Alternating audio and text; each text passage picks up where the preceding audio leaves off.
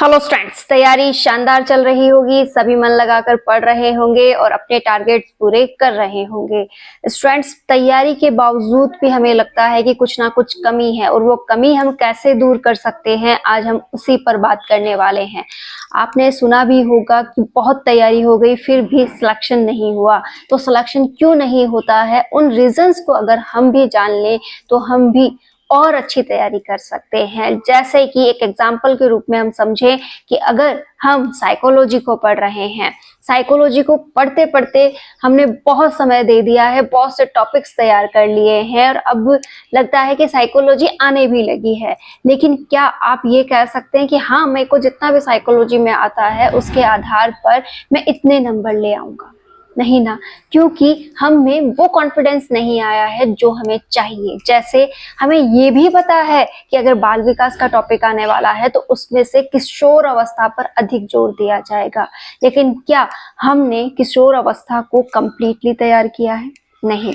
उसको हमने बारीकी से एक एक पॉइंट पर काम किया है? नहीं। जैसे हमें पता है कि आरटी 2009 कंफर्म आने वाला है, तो क्या हमने उस पर काम किया है? नहीं। मतलब हमने पढ़ा सब कुछ है, लेकिन जिन पर क्वेश्चन बनने वाले हैं या फिर जिन पर क्वेश्चन बनने के चांसेस बहुत ज्यादा हैं, ठीक है, उन पर हमने 100% काम नहीं किया। कि अब वो समय है जब हमें जो जो पॉइंट्स अधिक क्वेश्चन बनाते हैं उन पर काम करना है। जब भी हम हमारी तैयारी को सिलेक्शन प्रूफ मान सकते हैं कि हाँ, अब तैयारी एक सही दिशा में और सिलेक्शन प्रूफ डायरेक्शन में चल रही है। आज मैंने आपको ये एग्जांपल इसलिए दिया है कि कई बार हम इसी उधड़बुन में रह जाते हैं कि मैं तो तैयारी कर रहा हूँ, मेरा सिलेक्शन तो हो जाएगा। तैयारी हर कोई कर रहा है, लेकिन हमें अपनी तैयारी को एक सिलेक्शन वाली डायरेक्शन देनी होगी। और वो डायरेक्शन कैसी है? जब हम उन बिंदुओं पर काम करें जिनसे सिलेक्शन हो सकता है। आप में से बहुत से स्टूडेंट्स कहते हैं कि हम फर्स्ट ग्रेड देंगे, उसके बाद सेकंड ग्रेड देंगे, फिर थर्ड ग्रेड देंगे, क्योंकि सारी वैकेंसीज आ रखी हैं, हमें इसके बाद उसकी तैयारी करनी है। लेकिन कभी क्या आपने सोचा है कि अगर मैं एक साल देकर जम के एग्जाम की तैयारी कर लूं तो मैं किसी भी ग्रेड की एग्जाम निकाल सकता हूं?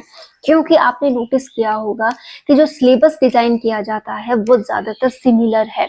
जैसे टीचिंग एग्जाम्स की बात करें तो यहाँ पर साइकोलॉजी, पेडागोजी, साथ ही साथ हमारे जितने भी लैंग्वेज वाले जैसे हिंदी और इंग्लिश हो गया, मैथ हो गया, रीजनिंग हो गया, हिस्ट्री हो गया, ज्योग्राफी हो गया, पॉलिटी हो गया, यही तो वो आधार हैं जिनसे हम एग्जाम क्लियर करते हैं। तो क्यों ना हम वो काम एक बार में ही कंप्लीट कर लें। हम third grade, second grade, first grade हर एक किसी की भी तैयारी कर सकते हैं। और आपने सबसे इंपॉर्टेंट पॉइंट पे ध्यान दिया कि यहाँ पर सब्जेक्ट को ही प्रायोरिटी मिली है। तीनों में ही अगर हम सब्जेक्ट पर पकड़ बना लेते हैं तो हम जीते हुए ही हैं। लेकिन हम इन बारीक बातों पर ध्यान नहीं देते हैं। बस एक बर्डन बनाया, एक बर्डन को अपने सर पर सजाया कि हाँ, मुझे तैयारी करनी है, मुझे फर्स्ट ग्रेड की तैयारी करनी है, मुझे सेकंड ग्रेड की तैयारी करनी है, मुझे थर्ड ग्रेड की तैयारी करनी है। उस बर्डन के साथ हम लगातार तैयारी करते रहते हैं, लेकिन क्या कभी हमने रिलैक्स माइंड से एक तैयारी की है? नहीं। और यही वो कमजोरी है जो हमें आगे बढ़ने नहीं देती है। तो अब तक जो भी गलतियां हो गई वो हो गई, लेकिन अब प्लीज कोई गलती मत कीजिए। जो भी आप पढ़ रहे हैं वो बहुत अच्छा पढ़िए, माइंड को रिलैक्स करके पढ़िए और उन बिंदुओं पर अधिक काम कीजिए जहां से क्वेश्चन बनने के चांसेस हैं। जैसे मैंने अभी आपसे कहा है कि साइकोलॉजी में अगर बाल विकास पढ़ रहे हो तो किशोर अवस्था पर हमें अधिक ध्यान देना है। वैसे ही अगर हम अधिगम की बात करें तो अधिगम में हमें सिद्धांत हो गए, अधिगम के प्रकार हो गए, ऐसे बहुत से इंपॉर्टेंट बिंदु हैं जिन पर हमें ध्यान देना है। तो आज से ही पहले आप इंपॉर्टेंट बिंदुओं को प्रायोरिटी दीजिए। आप पढ़ ले, आपने बहुत कुछ पढ़ लिया है, बहुत कुछ तैयार कर लिया है, अब उसको एक नए नजरिए से तैयार कीजिए कि हाँ, यहाँ से ही मुझे क्वेश्चन मिलने वाला है, इस बिंदु पर मैं अधिक काम करने वाली हूँ। क्योंकि बहुत से ऐसे स्टूडेंट्स हैं जिन्हें टॉपिक्स तैयार करने में बहुत अधिक समय लगता है, और अगर आप ये देखें कि वो बहुत सारे पढ़ने लग जाएंगे तो उन्हें तो बहुत सारा समय लग गया। इससे अच्छा अगर वो इम्पोर्टेंट हिस्से को ज्यादा समय देने लगे तो उनके लिए फायदेमंद हो सकता है। तो आप भी ये काम जरूर करें। साथ ही आपको एक काम और करना है, वो है अपने लिए प्रैक्टिस का समय निकालना कि हाँ, मैंने जो पढ़ा उसको मैं प्रैक्टिस करके भी देखूं कि कहाँ पर कितने क्वेश्चंस के जवाब मैं दे पा रही हूँ। ये भी बहुत इंपॉर्टेंट है, लेकिन इसका मतलब ये नहीं है कि समय है नहीं और उसे खर्च किया जा रहा है टेस्ट सीरीज के ऊपर या फिर इधर उधर के टेस्ट अलग अलग देकर। या तो एक टेस्ट सीरीज ज्वाइन कर लो या फिर खुद ही PYQ लाकर प्रैक्टिस कर लो। इन दोनों में से आप कोई भी ऑप्शन चुन लीजिए, लेकिन भटकाव मत लाइए, जो भी है खुद का ही है। और अब मैं कहूंगी कि टेस्ट सीरीज वगैरह छोड़ देनी चाहिए।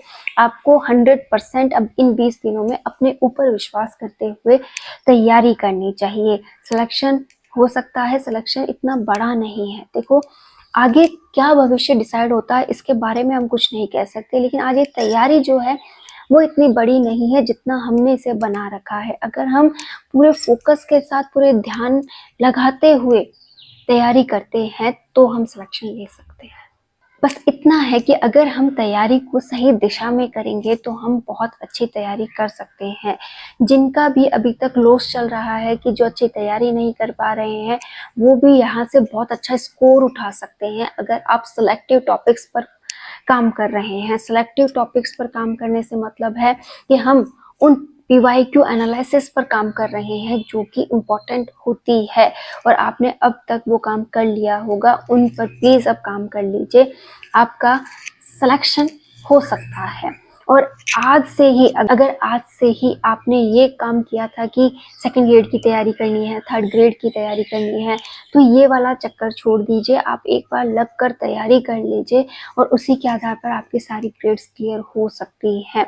एक बात और ध्यान रखिएगा, ये सजेशन आप अपने जो भी आपके साथ तैयारी करने वाले हैं उन्हें भी दे सकते हैं कि भाई एक बार में जमकर तैयारी कर ले, अदरवाइज तुझे बार बार तैयारी करनी पड़ेगी, जो कि सेंसलेस हो जाती है।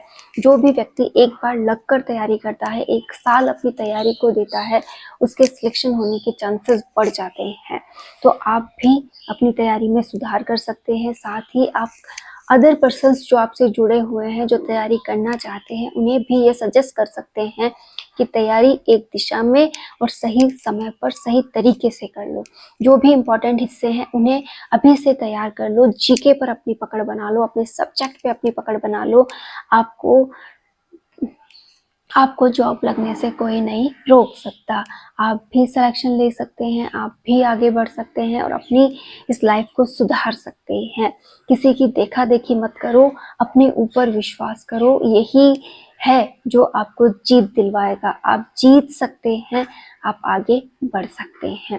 तो आज आप इम्पोर्टेंट टॉपिक्स तैयार कर रहे हैं, आज से आप उनको समय दे रहे हैं। कौन कौन से टॉपिक्स आपने तैयार कर लिए हैं, उन्हें आप कौन कौन से इंपॉर्टेंट टॉपिक आप तैयार आज करेंगे, उसकी आप कमेंट कर सकते हैं कि हाँ, हमने आज टारगेट ले लिया है कि इंपॉर्टेंट टॉपिक्स हैं जो आज हम तैयार करने वाले हैं। और नेक्स्ट डे के भी आप इसी तरीके से डिसाइड करके तैयार कीजिएगा और लगातार आगे बढ़िएगा। बिल्कुल भी भटकाव नहीं आना चाहिए, बिल्कुल भी रुकना नहीं है। इस समय जितनी भी विपरीत परिस्थितियां आए उनसे हारना नहीं है। आप कर सकते हैं, आप 100% कर सकते हैं और आप कर लेंगे। All the best.